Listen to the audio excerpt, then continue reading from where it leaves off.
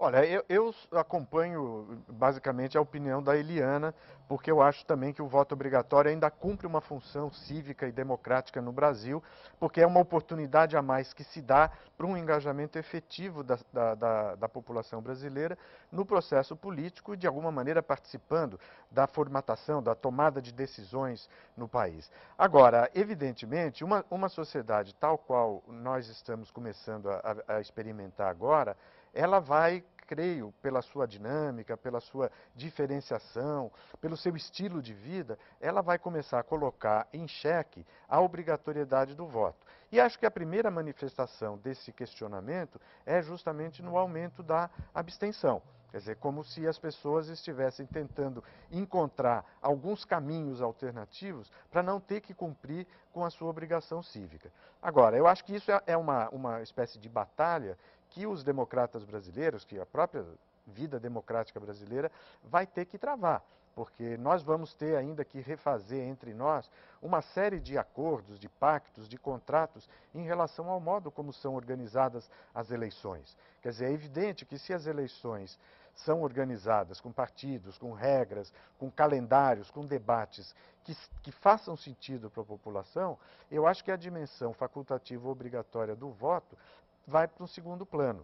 E o próprio processo de abstenção, a própria atitude do eleitor de se abster do processo eleitoral, tende a ser reduzida, a ficar mais reduzida. Então, acho que é uma coisa que a gente não deve discutir olhando apenas por um item do sistema institucional brasileiro, que é a obrigatoriedade do voto.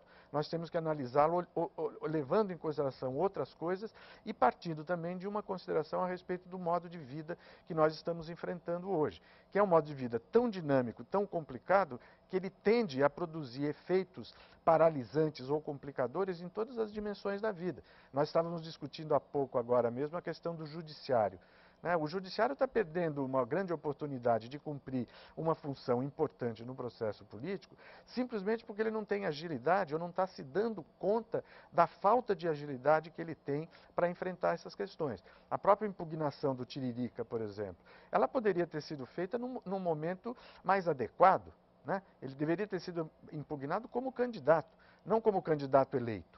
Quer dizer, isso já foi objeto de observações aí, não é o caso de retornar. Mas acho que é um problema que reflete a dificuldade operacional do Poder Judiciário e, ao mesmo tempo, reflete a necessidade que a sociedade tem de transferir para o Poder Judiciário uma série de questões que, no plano político, no plano da vida cotidiana, não podem ser resolvidas. Eu acho que é uma situação interessante para a gente considerar também. Anselmo Góes, tem aqui uma pergunta do Acre, Rio Branco, antigo território do Acre, estado do Acre, do Leopoldo Francis. Para você, o que você acha do uso de nomes artísticos pelos candidatos? Isso não incentiva candidaturas de falsas celebridades, como as mulheres frutas, não sei o quê, e acaba nessa coisa do tiririca e não sei o quê. Eu acho que uma das coisas complicadas aí dessa coisa do tiririca é porque tiririca ele foi usado, né? Figuras espertas, antigas, conhecidas, notórias da política brasileira, foram buscar o tiririca, para o tiririca realmente transportar um caminhão de votos e dar carona para esses mais espertos. O problema é que eu acho que na próxima eleição, daqui a 2 anos para vereador, muitos desses partidos vão tentar repetir isso, ou seja, mulheres fruta, entendeu? Artistas gaiatos. É o mimetismo, né? Isso vai gerar um quadro falso, né?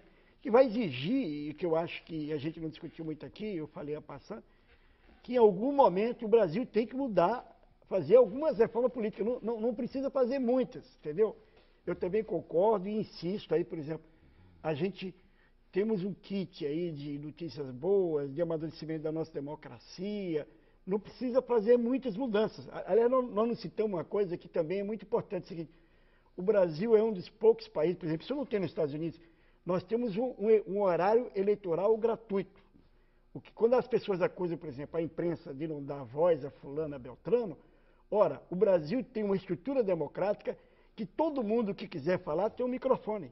Todos os partidos, por exemplo, tem uma câmera. Tem uma câmera e um horário mais nobre da televisão brasileira. Ou seja, Qualquer partido político pode ocupar o horário mais nobre da televisão brasileira, graças a uma medida chamada do horário eleitoral, que não tem, por exemplo, nos Estados Unidos.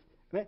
Mas eu acho, voltando à questão do Tiririca e respondendo ao nosso telespectador, eu acho que alguma reforma política a gente tem que fazer para mudar algumas coisas cujo resultado mais maléfico é representado na composição do Congresso brasileiro. Eu acho que esse Congresso que está aí não é o Brasil. O Brasil é melhor do que esse Congresso que está aí. Professor Eurico, temos pouquíssimo tempo, agora eu queria a sua opinião sobre essa questão da reforma política. Quer dizer, assim como a imprensa mobilizou a sociedade para o negócio da probidade e da ficha limpa e não sei o quê, será que não deveria ser da pauta da imprensa também convocar a sociedade para começar uma reforma política por etapas? Isso seria possível? Temos pouco tempo, mas eu gostaria que o senhor respondesse a essa indagação.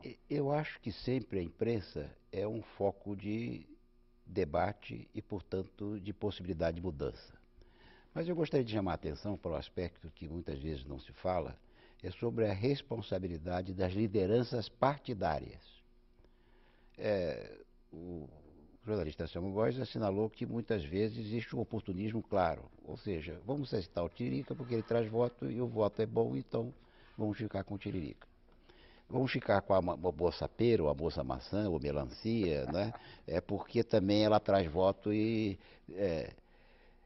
Então, eu acho que é uma responsabilidade das lideranças partidárias serem capazes de ter a vigilância em relação a isso. Né? Então, as responsabilidades são múltiplas. Não é só da imprensa. A imprensa não é capaz de tudo. É preciso também que as lideranças sejam capazes de assumir as suas posições em relação às questões como essas. O Observatório da Imprensa agradece a presença dos professores Eurico Figueiredo e Marco Aurélio Nogueira, além dos jornalistas, caríssimos colegas Anselmo Góes e Eliane Cantanhede. E lembre-se, assistindo ao Observatório da Imprensa, na TV, no rádio e na internet, você nunca mais vai ler jornal do mesmo jeito. Boa noite.